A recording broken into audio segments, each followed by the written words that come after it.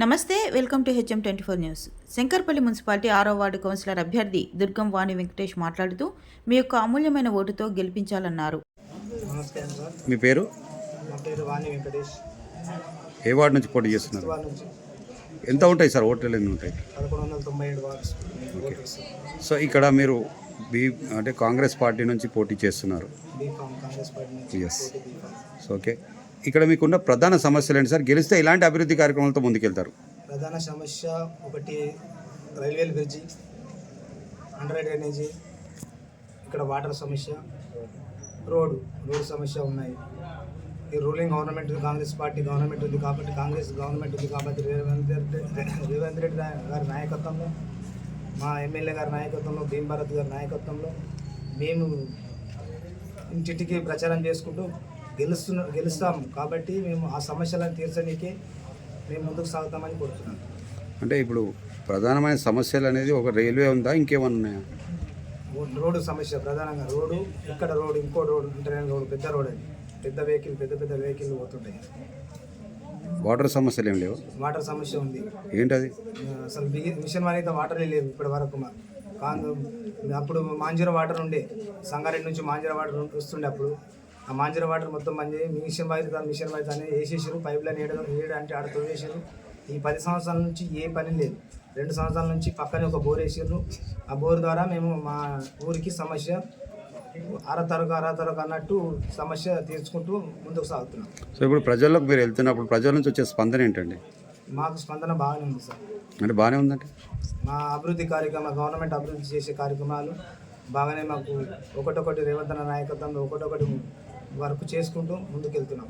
అంటే ఇప్పుడు ప్రధానంగా సమస్యలు ఏంటంటే 6 గ్యారెంటీలు ఇస్తున్నారని చెప్తున్నారు కదా. అవును సార్. 6 గ్యారెంటీలో మరి మీరు ఎప్పటివరకు అమలు చేస్తారు? ఆల్రెడీ 2 సంవత్సరాలు గడిచిపోయిందని అడగట్లేదా ప్రజలు? ఆల్రెడీ ఒక్కొక్కటి ఇప్పటివరకు 4 సమస్యలు ముందుకు సాగినాం సార్. ఇంకా ఈడ ముందుకు సాగనీకి గవర్నమెంట్, ఇంతకుముందున్న గవర్నమెంట్ మొత్తం అప్పుల కుప్పలాగా చేసిపోయింది. అదే మిత్తులు కట్టలేని పరిస్థితుల్లో రేవంత్ రెడ్డి ఇంకా కొద్ది కొద్దిగా ఒక్కొక్కటి ఉచిత కరెంటు, ఉచిత గ్యాసు, మహిళలకు పెన్షన్లు, అవి మా ఉచిత బస్సు, ఈ సమస్యల నుంచి ఒక్కొక్కటి తీర్చుకుంటూ మన ఇందిరా మైన్లు ఒక్కొక్కటి తీర్చుకుంటూ ముందుకు సాగుతున్నాం సార్. ఇంతకుముందు ఉన్న గవర్నమెంట్ సన్న బియ్యం ఇస్తా అని చెప్పేసి ఎలక్షన్ల ముందు చెప్పేసి మాటలు చెప్పేసి అవతల పడ్డది. అసలు 10 సంవత్సరాల సన్న బియ్యం ఇయ్యలేరు. రేవంత్ రెడ్డి వచ్చిన తర్వాత అన్న మాట ఎలక్షన్ల ముందు మాట ఇచ్చి ఆ సమస్య కూడా తీర్చాడు. సన్న బియ్యం పేదవారికి సన్న బియ్యం, ఉచిత గ్యాసు, ఇవన్నీ చేసుకుంటూ ముందుకు సాగుతున్నాం.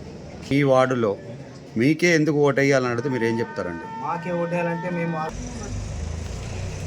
మీరు ప్రజల్లోకి వెళ్ళినప్పుడు మీకే ఎందుకు ఓటేయాలని అడిగితే మీరు ఏం సమాధానం చెప్తారు? మేము మా government, Congress party government Revanth Reddy చేసే అభివృద్ధి పథకాలను చూసి మాకు ఓటేయాలని కోరుచున్నాం. చెప్పండి సార్, ఇక్కడ ప్రజల్లోకి వెళ్ళినప్పుడు ఒకవేళ నేను మీకే ఎందుకు ఓటేయాలని అడిగితే మీరు ఏం సమాధానం చెప్తారు? నేను ఇక్కడనే ఉంటాను, స్థానికంగా ఉంటాను.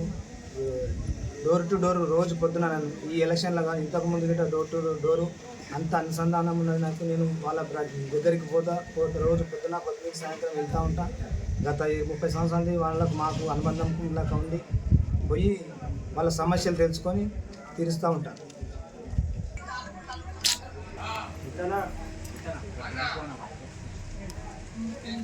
చెప్పండి. ఇక్కడున్న వార్డు ప్రజలకి ఏ మెసేజ్ ఇవ్వాలనుకుంటున్నారు?